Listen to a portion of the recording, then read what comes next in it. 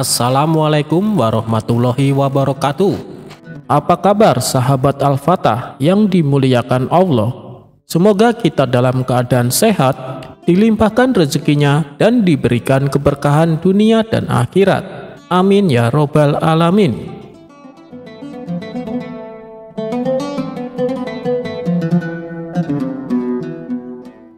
Abu Nawas dan anak nakal.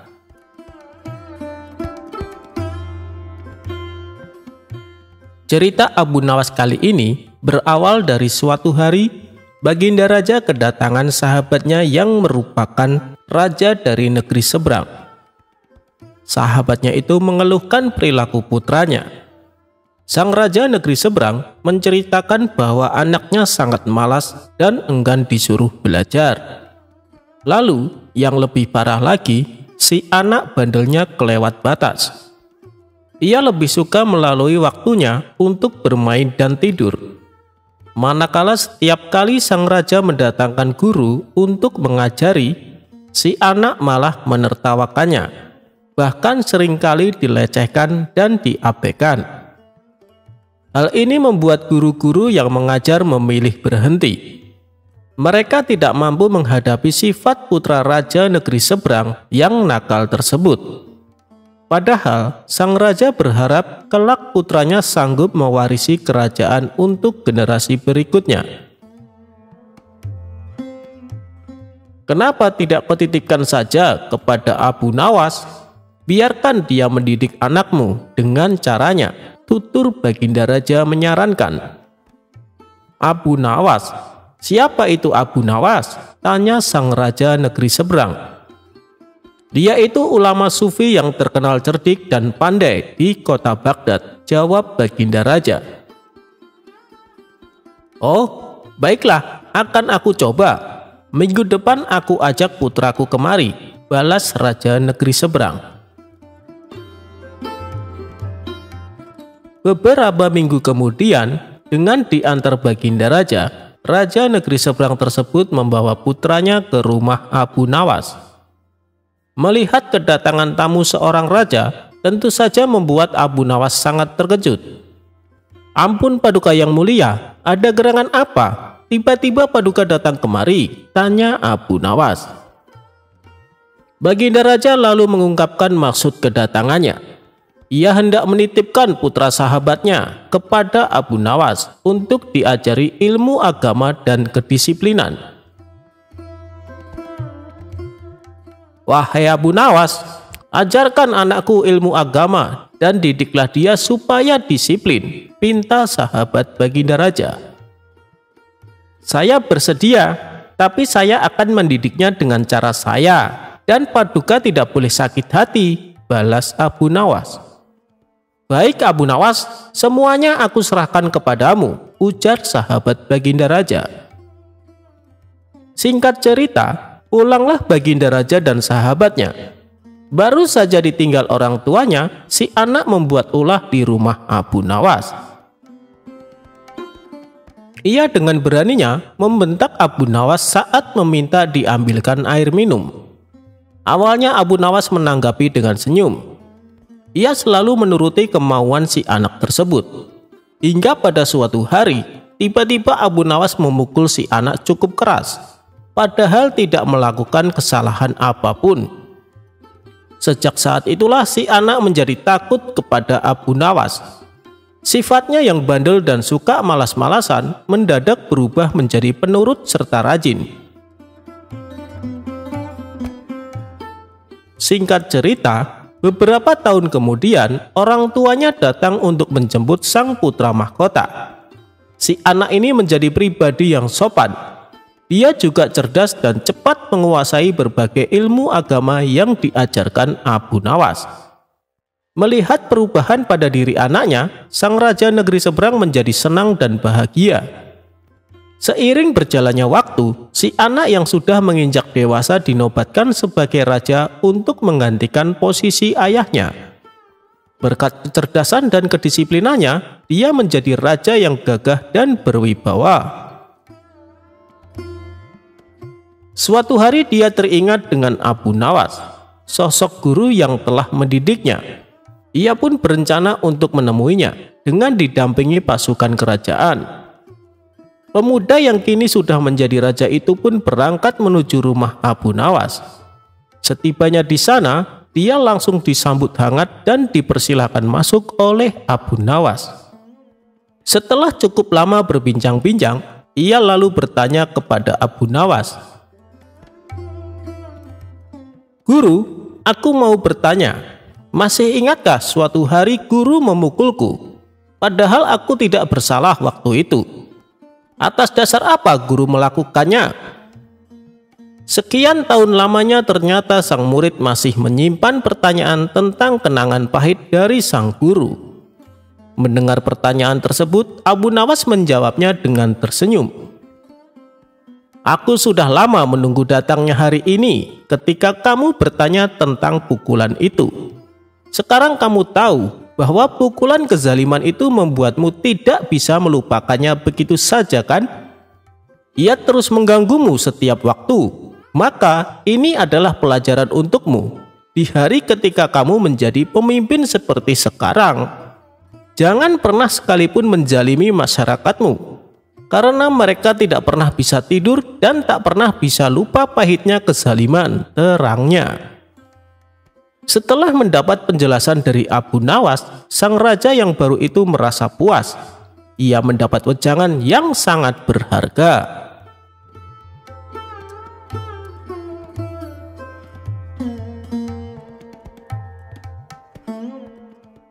Abu Nawas dan kabar besok kiamat. Diceritakan, Abu Nawas memiliki hewan peliharaan.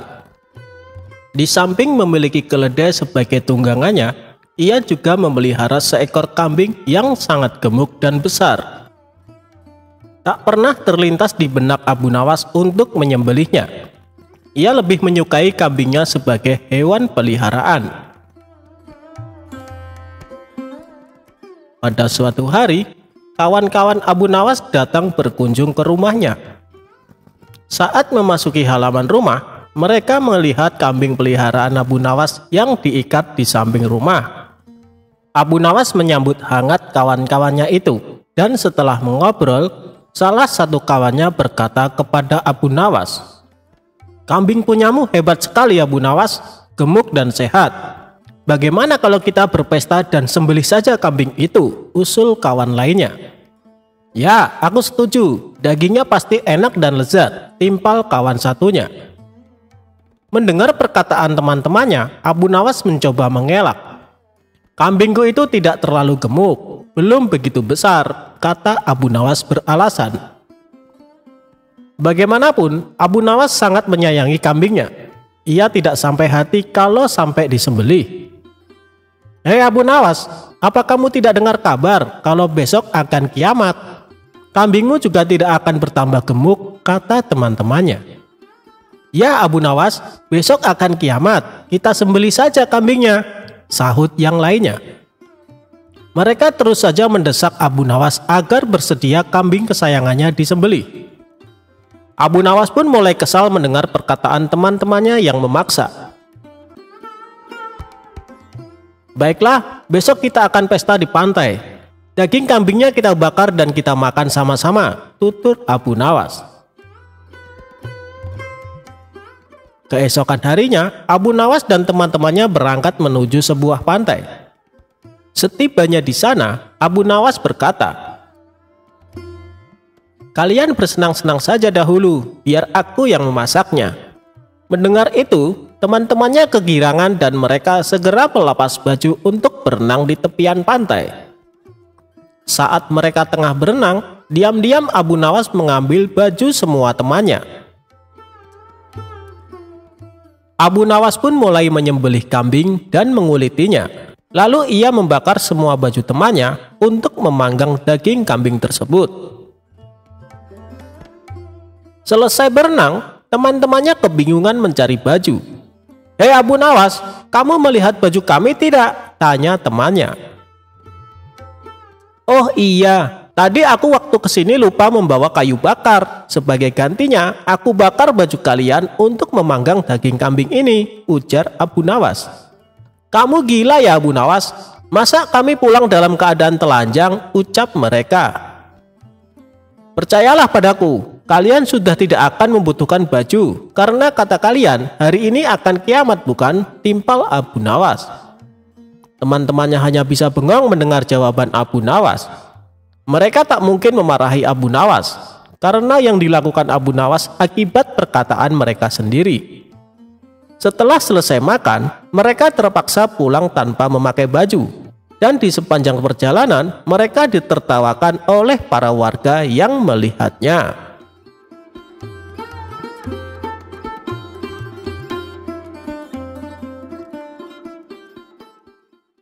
Abu Nawas mencari jarum yang hilang. Alkisah, pada suatu hari Abu Nawas mencari sesuatu di halaman rumahnya yang penuh dengan pasir. Ternyata Abu Nawas mencari jarum. Tetangganya yang merasa kasihan ikut membantu Abu Nawas mencari jarum tersebut. Tetapi selama 1 jam lebih mereka mencari jarum tersebut, tidak juga mereka temukan. Kemudian tetangganya bertanya kepada Abu Nawas, "Wahai Abu Nawas, kira-kira di mana engkau menjatuhkan jarum itu?" tanya tetangga itu. "Jarumnya sih jatuh di dalam rumah," jawab Abu Nawas. "Loh, maksudnya bagaimana? Kalau jarum itu jatuh di dalam rumah, mengapa engkau mencarinya di luar rumah?" tanya tetangga tersebut keheranan. "Karena di dalam rumah tampak gelap, sedangkan di luar terang," jawab Abu Nawas tanpa dosa. Kisah ini selesai sampai di sini, singkat namun penuh makna. Ada yang memaknai jika mencari kebahagiaan di luar rumah itu tidak ada artinya, padahal kebahagiaan sesungguhnya ada di dalam rumah yang terkadang tak terlihat.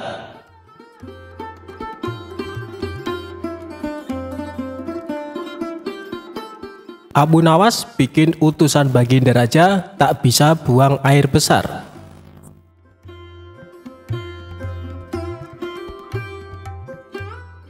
Sudah beberapa hari sosok Abu Nawas tidak hadir di istana. Hal tersebut kemudian membuat Baginda Raja sangat gundah. Baginda Raja ingin sosok Abu Nawas hadir untuk menghibur hati sang raja. Bukan tanpa usaha, Baginda Raja sudah beberapa kali memanggil Abu Nawas lewat para utusannya. Namun Abu Nawas belum juga menampakkan diri. Setelah lama berpikir mencari cara agar Abu Nawas mau datang ke istana, Baginda Raja akhirnya menemukan ide yang bisa membuat Abu Nawas bisa hadir di istana. Raja kemudian memanggil 3 orang prajurit dan menyuruh mereka pergi ke rumah Abu Nawas agar buang air besar di tempat tidurnya. "Pengawal, pergilah ke rumah Abu Nawas dan beraklah di tempat tidurnya. Dan kalau kalian berhasil, maka masing-masing akan aku berikan uang 1000 dirham, ujar Baginda Raja. Tanpa pikir panjang, ketiga utusan Baginda Raja tersebut langsung menerima perintah sang raja. "Daulat Paduka," jawab ketiga prajurit tersebut secara bersamaan. Mereka pun langsung berangkat menuju rumah Abu Nawas sesuai perintah Baginda Raja. Sementara itu, duduk di sebelah raja ada Ki Patih yang mendengar obrolan rajanya dengan ketiga prajurit tersebut. Ki Patih yang mendengar raja memberikan tugas kepada 3 prajurit tersebut pun memberanikan diri untuk bertanya kepada sang raja. Ia merasa aneh dengan tugas yang diberikan Baginda Raja. "Maaf Paduka, bukankah tugas yang diberikan itu tampak aneh dan menghina?" tanya Patih. "Patih, memang benar, tapi itulah siasatku agar Abu Nawas segera hadir ke istana," jawab Baginda Raja. "Apakah gerangan rencana Baginda?" tanya Ki Patih belum paham. "Nanti kamu akan segera mengetahuinya. Sekarang kamu ikutilah ketiga anak buahmu itu dan intailah mereka, lalu sampaikan kepada Abu Nawas. Bila dia berhasil menggagalkan tugas pengawalnya, maka Abu Nawas akan aku beri uang 3000 dirham dan sekaligus ia boleh memukul utusanku itu," kata Baginda Raja. Prajurit tiba di rumah Abu Nawas. Dengan perasaan yang masih bingung, Patih segera melaksanakan perintah raja. Dia segera berkemas dan menuju ke rumah Abu Nawas. Para prajurit Baginda Raja yang sudah berangkat lebih dulu akhirnya tiba di rumah Abu Nawas. Tanpa basa-basi, ketiganya langsung mengetuk pintu rumah Abu Nawas. Tak lama setelah itu, Abu Nawas pun membukakan pintu dan bertemu ketiga utusan Baginda Raja. "Kami diutus oleh Baginda Raja untuk buang air besar di tempat tidurmu. Karena ini perintah raja, kamu tidak boleh menolak," kata salah satu prajurit. "Saya sama sekali tidak keberatan. Silahkan saja kalau kalian mampu melaksanakan perintah raja," jawab Abu Nawas dengan santai. "Betul?" tanya prajurit raja memastikan. "Ya, silahkan saja," sahut Abu Nawas. Abu Nawas mengawasi orang-orang itu beranjak ke tempat tidurnya dengan perasaan geram yang sudah ia tahan. Berak di tempat tidurku. Betul-betul kelewatan," gumam Abu Nawas dalam hati. Tak mau ranjang tidurnya dikotori, Abu Nawas memutar otaknya untuk mencari cara agar para utusan Baginda Raja tersebut mengurungkan niatnya. Setelah berpikir beberapa saat, Abu Nawas akhirnya menemukan cara untuk menggagalkan tugas para utusan tersebut. Pada saat utusan itu hendak bersiap-siap buang air besar, mendadak Abu Nawas berkata di balik jendela kamar, "Hei para utusan raja, ada yang lupa saya sampaikan kepada kalian," kata Abu Nawas. "Apa itu?" tanya salah satu utusan raja. "Saya ingatkan supaya kalian jangan melebihi perintah Baginda Raja. Jika kalian melanggar, saya akan pukul kalian dengan sebuah pentungan besar, dan setelah itu saya akan laporkan kepada Baginda bahwa kalian melanggar perintahnya," jelas Abu Nawas. Dengan cekatan, Abu Nawas segera mengambil sebatang kayu besar yang ada di dapur rumahnya. Abu Nawas kemudian berlari kembali ke kamarnya dengan membawa pentungan kayu besar yang ia ambil di dapur rumahnya. "Hei, apa maksudmu tadi, Abu Nawas?" tanya salah satu utusan. "Ingat, perintah raja hanya buang air besar saja dan tidak boleh lebih dari itu," jawab Abu Nawas. "Ya, benar," jawab utusan raja.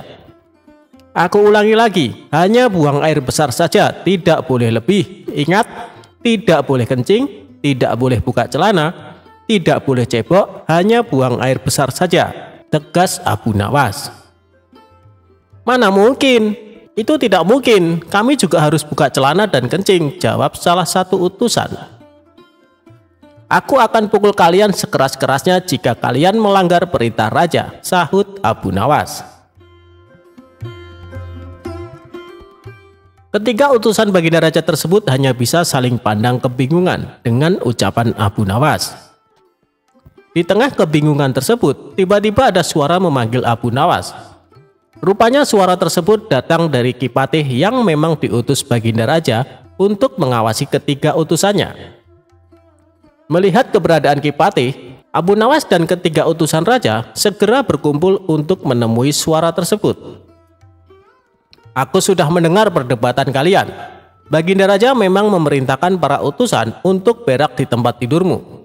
Jika 3 orang ini sanggup, mereka masing-masing akan mendapatkan 1000 dirham.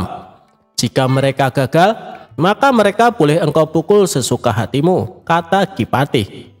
"Oh, begitu. Lalu hadiah dari Baginda untukku berapa, tuanku?" tanya Abu Nawas.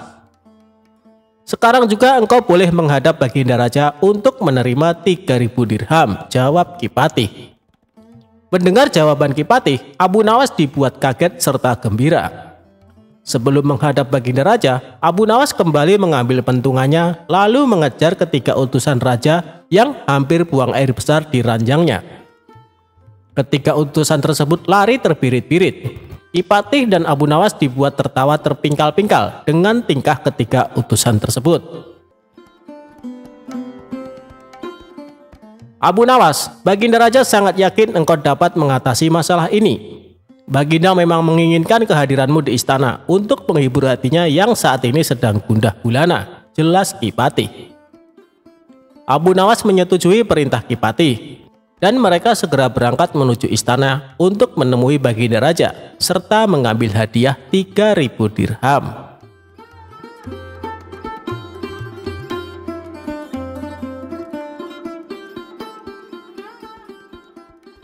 Abu Nawas bisa tahu warna angin.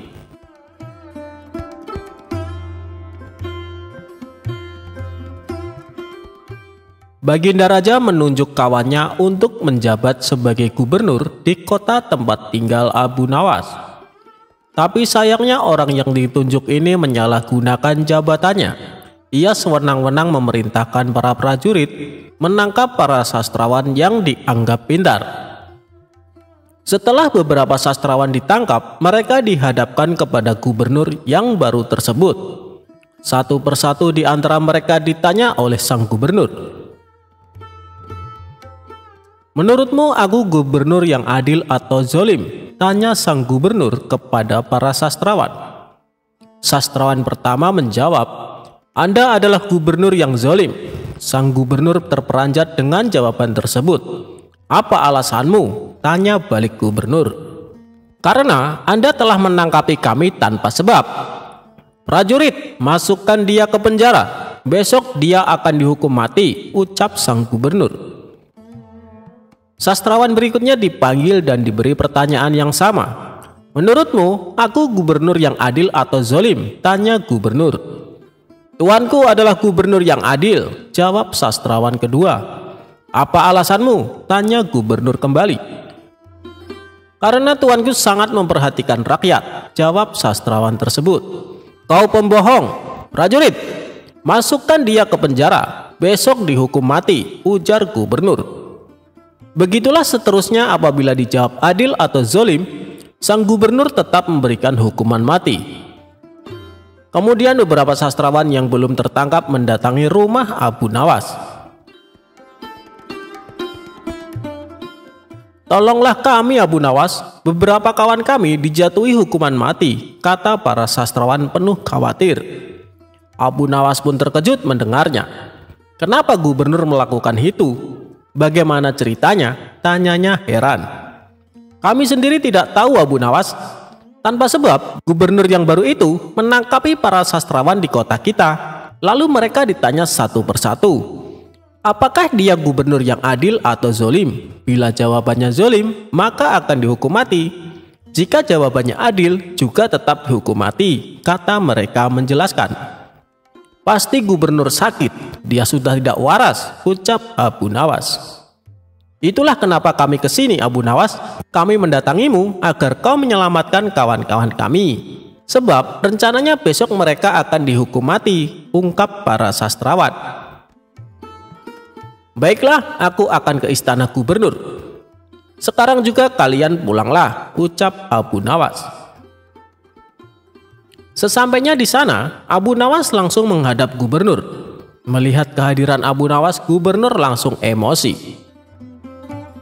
"Ngapain kau datang ke istanaku?" tanya dia.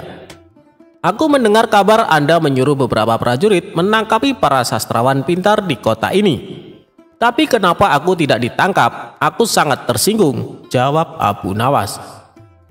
"Oh, jadi kau menganggap dirimu bagian dari mereka?" tanya gubernur. "Tentu saja, masyarakat di kota ini tahu siapa aku. Aku adalah sastrawan terpandai di kota ini," balas Abu Nawas. "Baiklah, Algojo, tangkap Abu Nawas dan penggal lehernya," perintah gubernur. "Tunggu dulu, sebelum leherku dipenggal, perintahkan Algojomu agar jangan sampai merusak rambutku.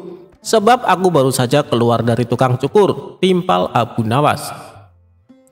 Mendengar itu, gubernur langsung tertawa. "Itulah jiwa kesatria yang aku kagumi darimu. Aku mengampunimu Abu Nawas," kata gubernur. "Bolehkah aku meminta satu permintaan?" tanya Abu Nawas. "Apa permintaanmu? Katakan saja," jawab gubernur. "Aku juga minta pengampunan untuk kawan-kawanku," pinta Abu Nawas. Sejenak gubernur terdiam lalu berkata kepada Abu Nawas, Aku akan mengabulkan permintaanmu, tapi ada syaratnya. Kau harus bisa menjawab 3 pertanyaanku. Baik Gubernur, aku siap menjawabnya, sahut Abu Nawas. Menurutmu, aku gubernur yang adil atau zolim? Tanya dia. Tuan bukan gubernur yang adil, bukan pula gubernur yang zolim. Orang-orang yang zolim itu adalah kita, sedangkan Tuan adalah pedang keadilan yang membalas kezaliman, jawab Abu Nawas. Luar biasa, jawabanmu sungguh menakjubkan Abu Nawas, ujar sang gubernur. Sekarang pertanyaan kedua, mana yang lebih bermanfaat, matahari atau bulan? Tanya gubernur. Matahari terbit di siang hari bersamaan dengan terangnya dunia. Maka menurutku matahari kurang bermanfaat. Sementara bulan terbit di waktu malam yang menerangi dunia dan menjadikannya seperti siang. Maka menurutku manfaat bulan lebih besar, ujar Abu Nawas. Gubernur pun tertawa dengan jawaban Abu Nawas. Memang nyeleneh tapi masuk akal. Baiklah Abu Nawas, sekarang pertanyaan terakhir.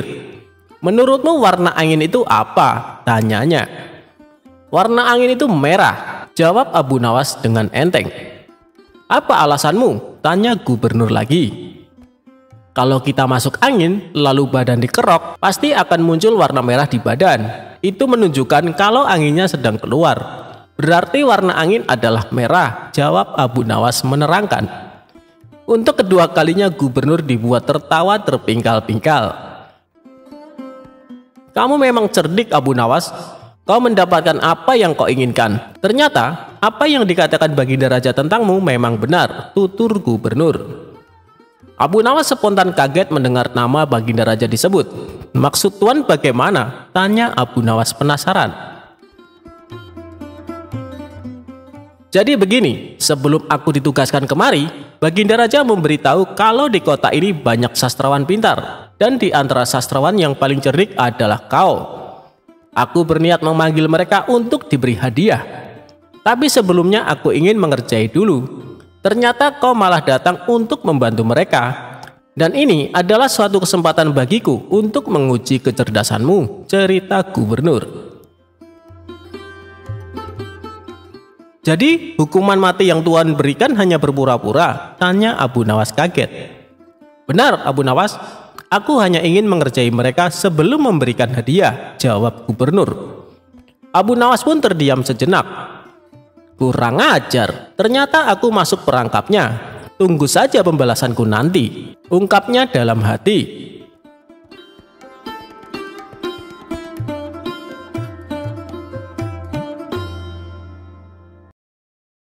Alasan air laut rasanya asin. Suatu hari Baginda Raja merasa suntuk. Dia ingin keluar istana untuk menghilangkan rasa jenuhnya. Dia juga tidak ingin sendirian jalan-jalan. Karenanya Raja meminta pengawalnya memanggil Abu Nawas. Singkat cerita, Abu Nawas dan Baginda Raja memulai perjalanannya. Saat dalam perjalanan, Abu Nawas selalu bercerita yang membuat Baginda Raja terhibur. Ketika melintasi di tepi pantai, mereka berdua berhenti sejenak untuk beristirahat. Baginda Raja lalu membasuh muka dan tangannya dengan air laut. Langsung terbesit dalam benaknya akan sebuah pertanyaan. Abu Nawas, menurutmu kenapa air laut itu asin? Tanya Baginda Raja. Mendengar pertanyaan dari rajanya, Abu Nawas pun menjawab. Karena air laut tidak mengalir kemana-mana Paduka, ia senantiasa di tempatnya. Nah, untuk mencegah air laut itu tidak busuk, para leluhur kita dulu memberinya garam. Itulah sebab air laut menjadi asin, jawab Abu Nawas. Mendengar penjelasan itu, Baginda Raja tertawa terpingkal-pingkal. Perjalanan mereka berdua pun akhirnya dilanjutkan. Tidak beberapa lama dari kejauhan mereka berdua melihat sebuah benda berkilauan. Benda apa itu Abu Nawas? Ayo kita ke sana, ajak Baginda Raja. Abu Nawas bergegas melangkah mendahului Baginda Raja. Setelah benda itu diambil oleh Abu Nawas, ternyata hanya sebuah cermin. Abu Nawas pun segera membuangnya. Melihat hal itu, Baginda Raja terkejut. Kenapa dibuang Abu Nawas? Memangnya itu benda apa? Tanya Baginda Raja. Benda yang sangat jelek, Paduka. Wajar saja kalau si pemilik membuangnya, jawab Abu Nawas. Tapi benda itu terlihat berkilau dari jauh, ujar Baginda Raja. Kalau Paduka tidak percaya, ambil saja sendiri, balas Abu Nawas. Karena penasaran, Baginda Raja segera memungut benda itu. Setelah diamati, ternyata itu hanyalah sebuah cermin. Baginda Raja lalu berkata, "Ini kan cermin, Abu Nawas. Kenapa kau bilang kalau benda ini sangat jelek?" tanya Baginda Raja. "Coba perhatikan baik-baik, pasti Paduka akan menemukan kejelekannya," ujar Abu Nawas. Baginda Raja kembali mengamati cermin tersebut. Di situ Baginda Raja tidak menemukan kejelekan. Yang ada hanya wajahnya sendiri di dalam cermin. "Nah, itu sudah tampak jeleknya. Ayo, lekas dibuang saja bendanya, Paduka," ucap Abu Nawas. Baginda Raja mulai memahami ucapan Abu Nawas. "Kurang ajar kamu, Abu Nawas," balasnya sambil tertawa.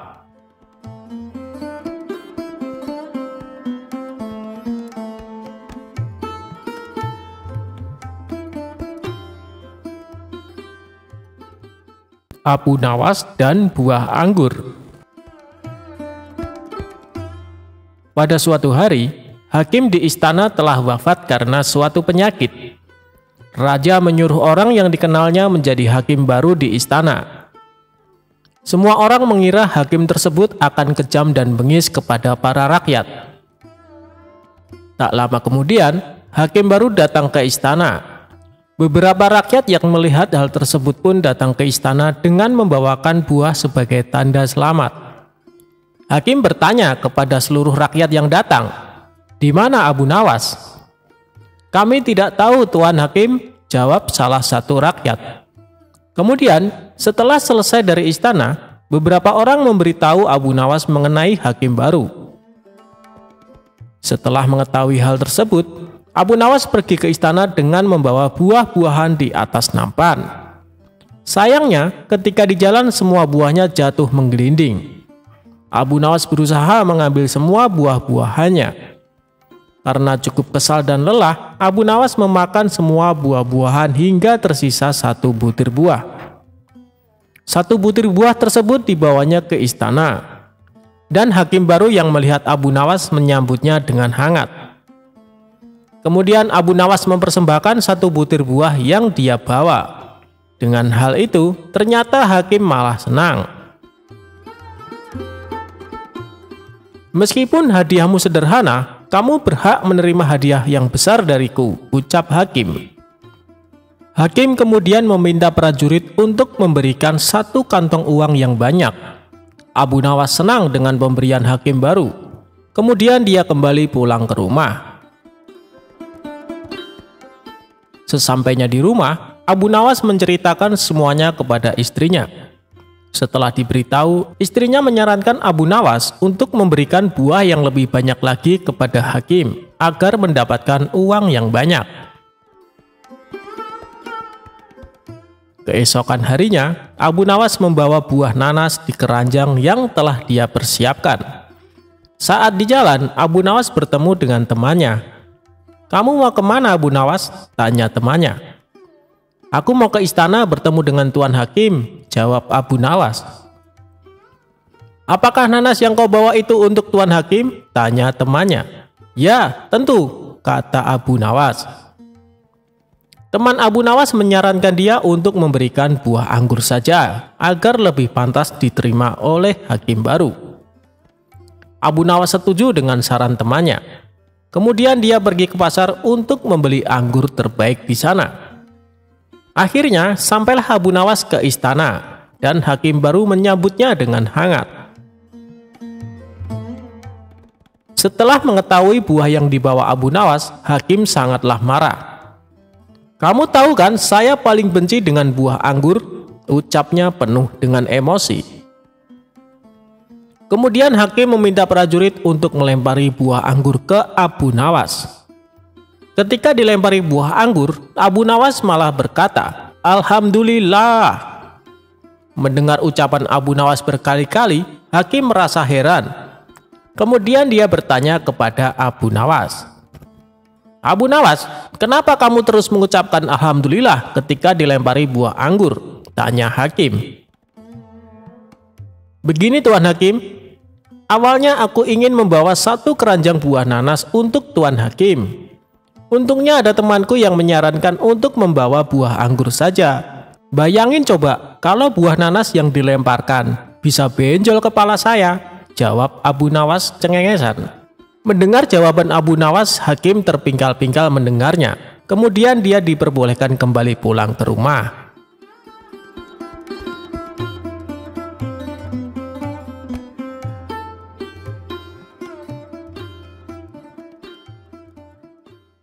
Abu Nawas mengambil mahkota dari surga.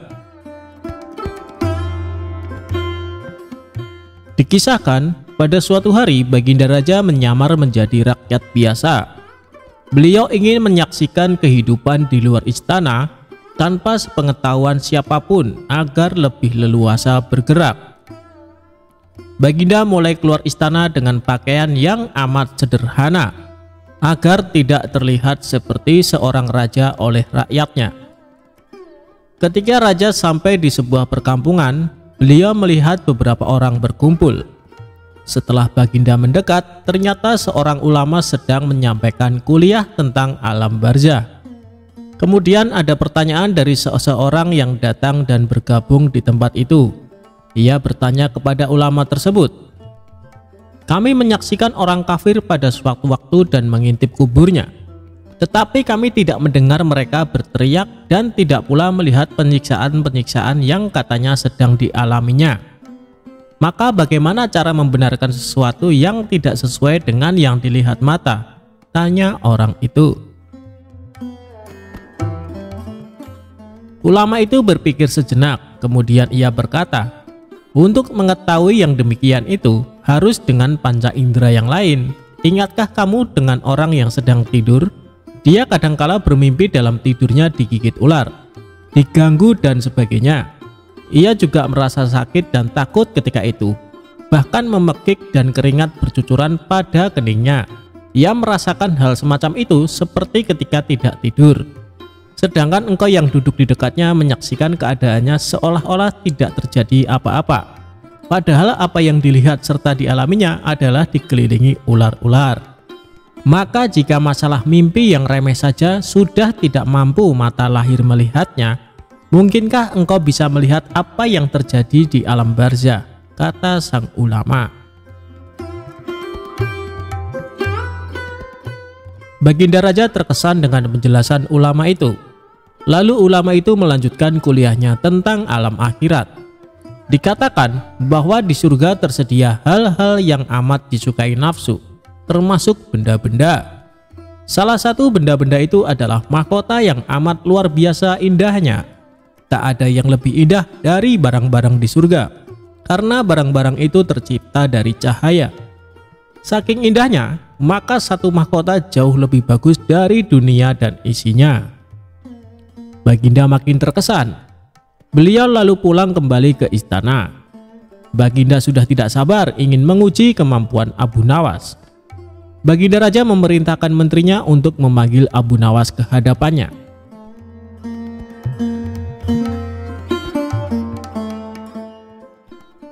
Singkat cerita, Abu Nawas pun menghadap Baginda Raja. "Aku menginginkan engkau sekarang juga berangkat ke surga.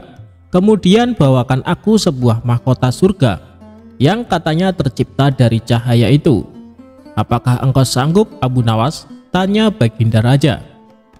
"Sanggup, Paduka yang mulia," kata Abu Nawas langsung menyanggupi apa yang mustahil dilaksanakan olehnya itu. "Tetapi Baginda harus menyanggupi pula satu syarat yang akan hamba ajukan," kata Abu Nawas dengan percaya diri. "Sebutkan syarat itu," kata Baginda Raja. "Hamba mohon Baginda menyediakan pintunya agar hamba bisa memasukinya," kata Abu Nawas. "Pintu apa?" tanya Baginda belum mengerti. "Pintu alam akhirat," jawab Abu Nawas. "Apa itu?" Tanya Baginda ingin tahu. Kiamat, wahai paduka yang mulia. Masing-masing alam mempunyai pintu. Pintu alam dunia adalah liang peranakan ibu. Pintu alam barzah adalah kematian.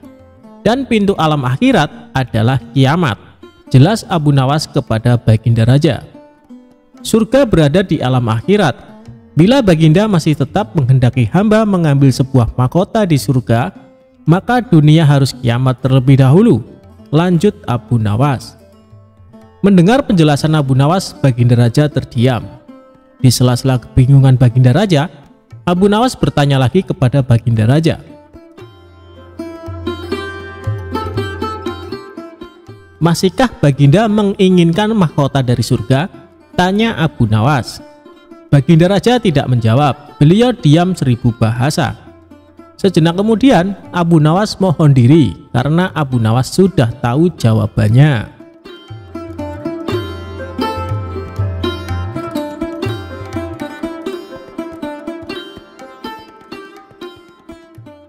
Tipu daya si pengemis dan saudagar kaya.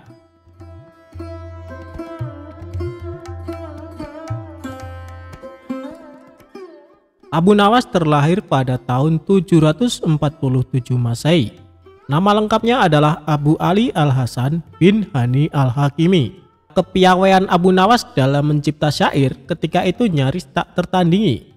Terbukti walaupun dalam keadaan mabuk, ia tetap mampu melahirkan mutiara-mutiara kata yang indah. Abu Nawas pun dikenal sebagai sosok sufi yang bijaksana dan kocak. Kisahnya lucu, mengocok perut, dan syarat akan suri tauladan.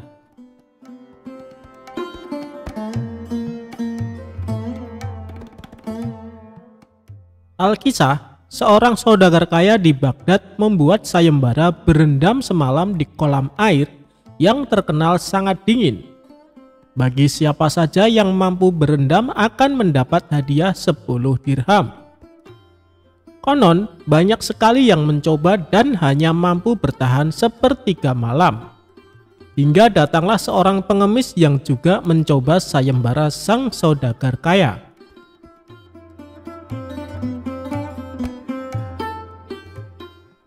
Singkat cerita, si pengemis pun hampir menyerah di tengah malam. Kemudian berdoalah si pengemis kepada Allah, dan ia pun tidak merasa kedinginan lagi.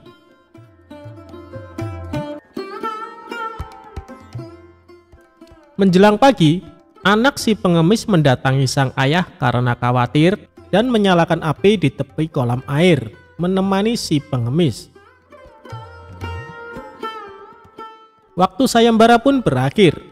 Pengemis bangkit dari kolam dan mendatangi sang saudagar kaya untuk meminta upahnya. Terjadilah perdebatan antara si pengemis dan sang saudagar. Aku tidak mau membayar karena anakmu membuat api di tepi kolam. Kamu pasti tidak merasa kedinginan, ujar sang saudagar.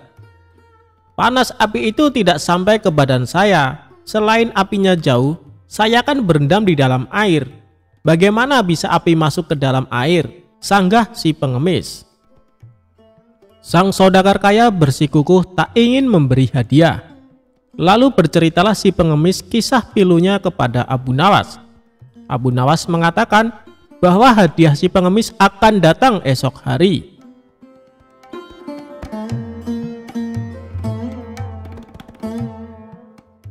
Keesokan harinya, Abu Nawas menyelenggarakan sebuah hajat dengan mengundang sang saudagar kaya tersebut bersama Baginda Raja beserta para petinggi istana. Tak ada suguhan yang tersaji di acara hajatan itu.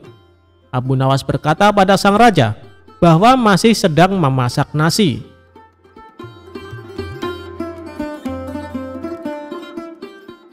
Setelah tak sabar menunggu, akhirnya sang raja dan saudagar kaya menghampiri Abu Nawas. "Hei Abu Nawas, mengapa kau mengipas-kipas api di bawah pohon?" tanya Baginda Raja. "Ya tuanku, hamba sedang memasak nasi," jawab Abu Nawas. Baginda Raja kebingungan bukan kepalang karena Abu Nawas memasak nasi tanpa periuk nasi di atas api. Abu Nawas mendongakkan kepala sembari memberitahu keberadaan periuk nasi di atas pohon yang jauh dari api. Abu Nawas pun menjelaskan kisah sang pengemis sebagai perbandingan atas apa yang dilakukannya, bahwa api tidak bisa menanak nasi dengan periuk di atas pohon. Demikian, api di tepi kolam tidak akan menghangatkan air kolam. Akhirnya Baginda Raja memerintahkan saudagar kaya tersebut memberi upah si pengemis sebesar 100 dirham.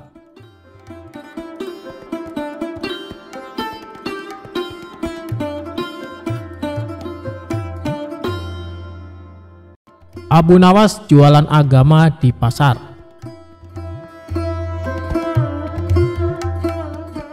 Lama sudah Abu Nawas tidak bertemu dengan Baginda Raja. Ia sangat merindukan kebersamaan dengan rajanya itu. Biasanya dalam 1 bulan, Abu Nawas sampai 4 kali dipanggil ke istana untuk menemani sang raja untuk berbincang bersama. Namun sudah hampir 1 tahun Baginda Raja belum juga memanggilnya ke istana. Hingga terbesit dalam benak Abu Nawas jika Baginda Raja sudah melupakan dirinya. Sebenarnya, Abu Nawas bisa saja langsung datang ke istana dan menemui sang Baginda Raja. Sebab Abu Nawas merupakan salah satu orang yang diberi keistimewaan khusus oleh sang raja.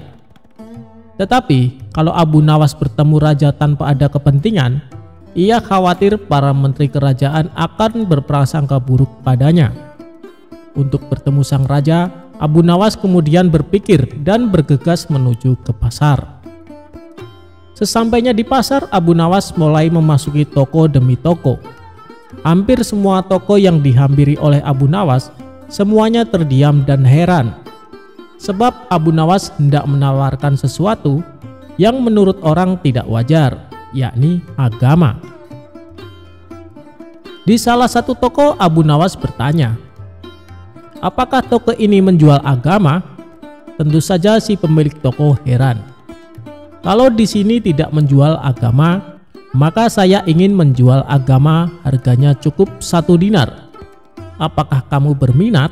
ungkap Abu Nawas.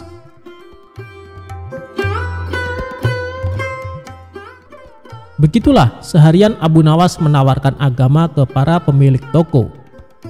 Kemudian Abu Nawas berteriak-teriak di tengah pasar sambil berucap, "Agama, agama, ada yang mau membeli agama?" Sontak hal tersebut membuat kaget orang di pasar. Banyak yang menuduhnya telah ateis. Orang-orang lantas membawanya ke hadapan sang raja. Setibanya di hadapan sang raja kemudian berkata kepada Abu Nawas, "Kenapa kamu bisa diikat oleh orang-orang dan dibawa ke sini?" Abu Nawas kemudian menjawab, "Mereka menangkap dan membawa saya ke sini karena saya ingin menjual agama saya di pasar." Kemudian Baginda Raja berkata kepada Abu Nawas, "Kalau kamu ingin menjual agamamu sendiri, kenapa mereka marah?" Abu Nawas kemudian menjawab, "Jika saya menjual agama saya sendiri, mereka berpikir saya tak lagi punya agama. Jika saya tak lagi punya agama, mereka menyimpulkan saya tidak bisa sholat lagi. Jika saya tidak bisa sholat lagi, mereka menyimpulkan berarti saya tak punya Tuhan. Jika saya tidak punya Tuhan, mereka berpendapat kalau begitu saya ateis. Begitulah cara pengadilan jalanan menghukum saya," ungkap Abu Nawas. Baginda Raja kemudian berkata, "Jika kamu tidak punya agama lagi karena sudah dijual, bagaimana cara kamu menyembah Tuhan?" "Ya, saya tinggal masuk ke masjid lalu menunaikan sholat," jawab Abu Nawas. Sang raja kemudian bertanya kembali, "Loh, kok dengan cara sholat? Kok di masjid? Bukankah itu cara orang Islam beribadah? Berarti kamu masih punya agama, Abu Nawas, padahal kamu sendiri sudah menjual agamamu." Abu Nawas kemudian bertanya, "Lantas kalau begitu apa arti agama?" Baginda Raja kemudian menjawab bahwa agama adalah seperangkat ajaran yang datang dari langit yang mengajarkan seluruh umat manusia untuk selalu berbuat baik. Mengganggu orang lain sekecil apapun adalah perbuatan tidak baik. Jika setiap orang beragama berbuat baik, maka tatanan hidup bersama umat manusia akan baik dengan sendirinya, karena tak seorang pun merasa terganggu dengan kehadiran orang lain akibat ajaran agama yang dijalankannya. Kemudian Baginda Raja mencontohkan rukun Islam, mulai dari syahadat, sholat, puasa, zakat, sampai ibadah haji. Semuanya ditujukan untuk kebaikan manusia. Tujuan sholat adalah mencegah perbuatan keji. Jika ia telah melaksanakan sholat, tapi masih berbuat mungkar, maka sholatnya perlu dipertanyakan. Begitu pula dengan puasa yang mengajarkan kita berempati kepada kaum miskin. Sedangkan zakat sendiri sudah pasti disalurkan untuk memperdayakan fakir miskin. Bahkan predikat haji merupakan predikat pribadi yang penuh kebaikan sosial. Jadi begini Abu Nawas, orang yang beragama sesungguhnya selalu melahirkan kebaikan untuk orang lain. Terlebih dalam ajaran agama Islam, kita dilarang memutuskan silaturahmi dengan orang baik, apalagi terhadap sesama muslim. Setelah Baginda Raja menjelaskan pandangannya terkait agama, Abu Nawas tersenyum penuh bahagia. Kalau boleh tahu, apa ancamannya bila memutuskan silaturahmi? Tanya Abu Nawas.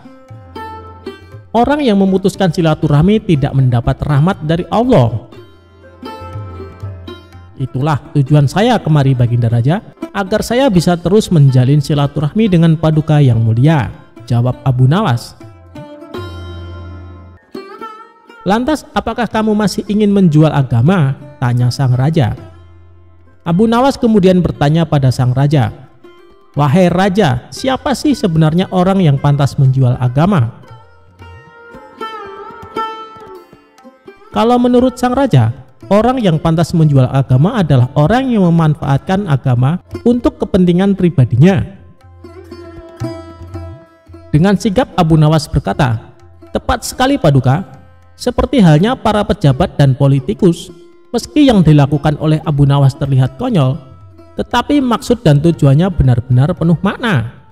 Lebih-lebih di zaman yang seperti ini, banyak orang tanpa ragu apalagi menjelang pemilihan umum, banyak yang menggunakan atau memanfaatkan agama demi kepentingan politik. Agama tidak lagi dimaknai sebagai jalan spiritual atau prinsip hidup yang mampu membuat kebaikan kepada sesama.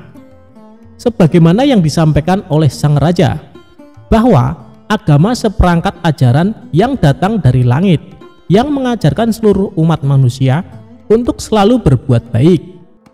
Jika agama sudah kehilangan ruh spiritualnya sebagai jalan hidup, maka sudah benar apa yang dilakukan oleh Abu Nawas. Agama layaknya sebuah barang murah yang dijual ke sana dan kemari.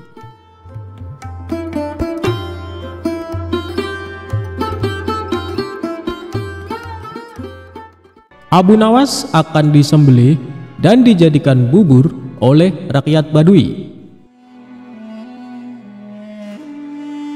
Alkisah pada suatu hari, Abu Nawas yang cerdik sedang menghabiskan waktunya dengan berjalan-jalan di kota Baghdad. Kemudian ia memutuskan untuk pulang ketika langit mulai senja dan azan maghrib sebentar lagi berkumandang. Agar cepat sampai ke rumah, untuk pertama kalinya ia lewat kampung Badui di sebuah gurun. Di kampung itu ia bertemu dengan orang-orang yang sedang memasak bubur. Aromanya sangatlah sedap. Orang-orang juga sangat ramai. Saat hendak lewat, tiba-tiba saja ada segerombolan pria menghadanginya. Pria-pria itu menutup kepala Abu Nawas dan membawanya ke salah satu rumah warga. Meski berulang kali minta tolong, tak ada satupun orang yang menolongnya. Setelah sampai di sebuah rumah, salah satu pria berwajah gali itu membuka penutup kepala Abu Nawas. Kenapa kalian menangkapku? Apa salahku? Aku hanya ingin pulang ke rumah dengan cepat. Maka dari itu aku melewati kampung ini, ujar pria bersurban itu. Tentu saja kau tak punya salah apa-apa. Hanya saja setiap orang yang lewat sini akan kami tangkap. Kami akan menyembelihmu dan menjadikanmu sebagai kaldu untuk bubur-bubur yang kami buat, ucap salah satu pria. Jadi bubur-bubur yang kalian sajikan itu adalah bubur-bubur berbahan daging manusia? Tanya Abu Nawas. Hahaha, tentu saja. Rasanya tak kalah nikmat dengan daging sapi atau daging unta. Kau mau mencobanya? Ucap salah seorang pria. Tapi kenapa harus daging manusia? Bukankah berdosa membunuh sesama manusia? Tanyanya polos. Ini semua salah pemerintah yang tak mengurus kami. Daging sapi dan daging unta sangatlah mahal. Rakyat di kampung kami ini miskin, jawab pria berwajah gali tersebut. Lalu, para pria di kampung Badui mengarak Abu Nawas ke tempat penyembelihan. Dengan cepat Abu Nawas memikirkan cara agar terbebas dari penyembelihan. Karena kecerdikannya, ia pun berhasil menemukan solusi. Tunggu dulu, sebelum kalian menyembelihku, lihatlah betapa kurusnya tubuhku ini. Percuma saja kalian hanya akan memakan tulang. Kalau kalian mau, besok aku akan membawakan kalian temanku yang gemuk, yang bisa kalian makan selama 5 hari. Ucapnya meyakinkan. Kau pikir kami akan percaya dengan kata-katamu? Kau hanya menipu kami kan? Bentak salah satu pria. Namaku Abu Nawas, aku tinggal di desa ujung kota Baghdad. Jika aku berbohong, silahkan mendatangiku. Kalian tak akan menyesal bila melepaskanku kali ini, karena aku akan menepati janjiku, ucap Abu Nawas. Para pria di kampung Badui itu lalu berunding sejenak. Mereka lalu memutuskan untuk percaya dengan perkataan tawanan mereka. Baiklah, kami percaya dengan perkataanmu. Besok bawakan kami temanmu yang gemuk itu, maka kau akan kami bebaskan, ucap pimpinan kampung itu. Baiklah, besok sebelum maghrib aku akan membawa temanku kemari, jawabnya. Mereka lalu saling berjabat tangan sebagai tanda janji. Akhirnya Abu Nawas pun berhasil membebaskan diri.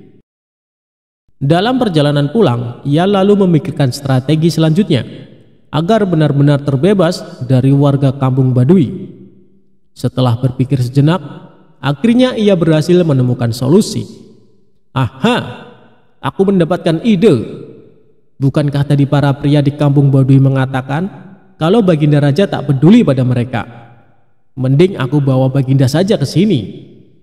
Ditambah lagi Baginda Raja sangat gemuk karena ia jarang bergerak, ujarnya dalam hati.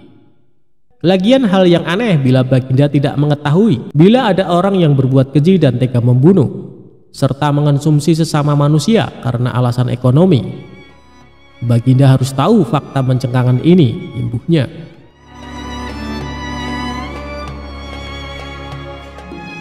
Keesokan harinya, Abu Nawas menemui Baginda Raja.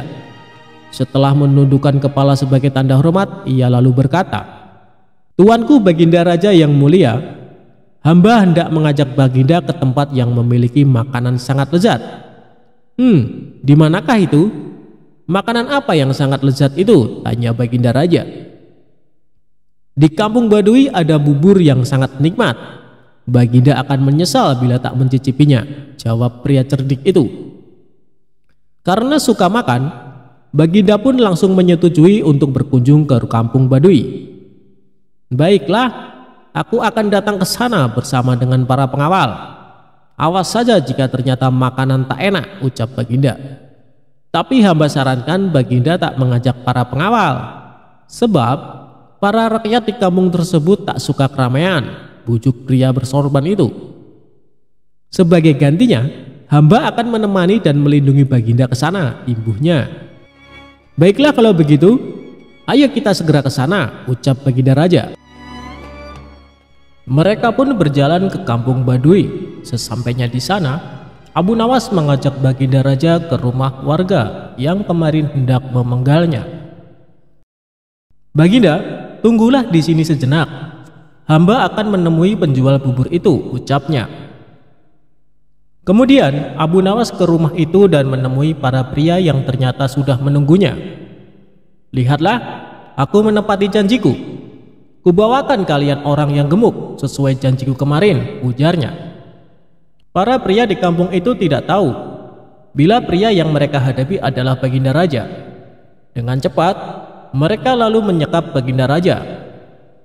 Dalam hati Abu Nawas berkata, jika Baginda pandai, maka ia akan menemukan cara terbebas dari para pria itu.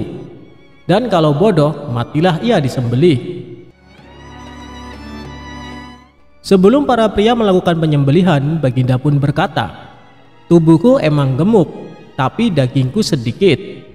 Tubuhku ini kebanyakan berisi lemak, tak enak bila dijadikan santapan. Daripada menyantapku, mendingan aku bekerja saja menjadi pembuat peci. Aku bisa membuat peci yang bagus dan harganya mahal. Kalian bisa menjual peci buatanku ke orang-orang di istana. Mereka akan membelinya dengan harga mahal. Imbuh Baginda mencoba mengelabui warga kampung Baduy. Lalu, para kanibal itu pun setuju dengan saran Baginda Raja. Mereka lalu mengurung pemimpin istana itu di sebuah penjara. Baginda mulai membuat peci. Agar diselamatkan oleh para pengawal istana, Baginda memberikan sepucuk surat di dalam peci yang ia buat. Surat tersebut berisi, "Hai menteriku, tolonglah aku. Aku di kampung Baduy disekap oleh para warga di sini. Berapapun harga peci ini, tolong belilah, lalu selamatkan aku." Setelah itu, Baginda menyerahkan peci buatannya ke salah seorang pria. "Jual saja peci ini ke para menteri di istana. Mereka pasti menyukainya," ucap Baginda Raja. Di satu sisi, istana sedang gempar karena Baginda Raja tak kunjung kembali. Para pengawal istana telah mencari, tapi tak kunjung bisa menemukan sang raja. Mereka tak pernah menyangka bila raja mengunjungi kampung Baduy. Keesokan harinya, salah satu pria dari kampung Baduy datang ke istana. Ia menemui salah satu menteri dan menjual peci yang dibawanya. Karena indah, menteri itu pun tertarik untuk membelinya. "Wah, peci ini nampak sangat mengagumkan dan mewah. Siapa yang membuatnya? Seleranya pasti sangat tinggi," ucap menteri kerajaan. "Tentu saja bagus. Aku akan membawanya lagi besok bila kau mau peci yang lain," ujar pria itu. "Baiklah, besok bawakan aku peci yang lain ya. Aku akan membelikan ayahku." "Ngomong-ngomong, dari mana asalmu?" ujar sang menteri. "Hamba dari kampung Baduy, tuan." "Kalau begitu hamba pamit undur diri," jawab sang penjual peci. Saat sedang mencoba peci, sang menteri kerajaan kaget karena di dalam peci itu terdapat sepucuk surat dari Baginda Raja. Kemudian menteri kerajaan itu meminta para pengawal untuk mendatangi kampung Baduy. Mereka berhasil menemukan dan menyelamatkan Baginda Raja. Masyarakat Baduy tak menyangka bila yang mereka tangkap adalah seorang raja. Atas perintah raja, orang-orang di kampung Baduy dibunuh karena perbuatan mereka sangat jahat. Keesokan harinya, Baginda Raja memerintahkan para pengawal untuk menangkap Abu Nawas. Ia hendak menghukum mati pria yang telah menjebaknya itu. Abu Nawas pun ditangkap ketika sedang sholat. Setelah salam, ia langsung dibawa para pengawal untuk menemui sang raja. Begitu melihat wajah pria yang telah menjebaknya, wajah sang raja sangat marah. "Hai kau lelaki becik, bisa-bisanya kau mempermainkanku. Apa maksudmu menjadikanku sebagai tumbal untuk rakyat di kampung Baduy? Perbuatanmu sangatlah tidak pantas. Kau pantas untuk dihukum mati," teriak raja. Dengan sikap tenang, Abu Nawas pun menundukkan kepalanya dan berkata, "Ya, tuanku Baginda Raja yang bijak, sebelum Baginda menjatuhkan hukuman mati kepada hamba, perkenankan hamba menyampaikan beberapa hal." "Baiklah, cepat katakan, waktumu tak lama," jawab Baginda Raja. "Ya tuanku Baginda Raja, sebenarnya alasan hamba menyerahkan Baginda kepada penjual bubur itu untuk menunjukkan kenyataan pahit di negeri yang Baginda pimpin. Sebab bila tak mengalaminya langsung, bisa saja Paduka tak percaya dengan perkataan hamba. Padahal semua kejadian yang terjadi di negeri ini adalah tanggung jawab Baginda sebagai seorang pemimpin," ucap Abu Nawas. "Bukankah raja yang adil dan bijak sebaiknya mengetahui seluruh perbuatan rakyatnya? Untuk itu hamba mengajak Paduka pergi ke kampung Baduy. Lagi pula hamba sudah bisa menduga bila Baginda adalah pemimpin cerdas, sehingga pasti bisa lolos dari jebakan mereka. Demikian tuanku." Jika perkataan hamba ini salah, silakan hukum hamba. Bila hamba tak bersalah, tapi tetap mendapatkan hukuman, hamba tidak akan ikhlas, sehingga dosa akan menjadi tanggung jawab tuanku di akhirat kelak, imbuh Abu Nawas. Setelah mendengar ucapan tersebut, hilanglah amarah Baginda Raja. Dalam hati, ia membenarkan seluruh ucapan pria itu. Selama ini ia merasa belum sepenuhnya memperhatikan rakyatnya, sehingga kampung Badui pun terlantar dan menjadi kanibal. Baiklah, akan kuampuni segala perbuatanmu, tapi berjanjilah kau tak mengulangi lagi perbuatanmu, perintah Baginda Raja. Abu Nawas pun menganggukkan kepala dan pamit dari istana. Setelah kejadian tersebut, Baginda menjadi pemimpin yang semakin peduli kepada rakyatnya. Ia tak ingin ada masyarakat yang terlantar.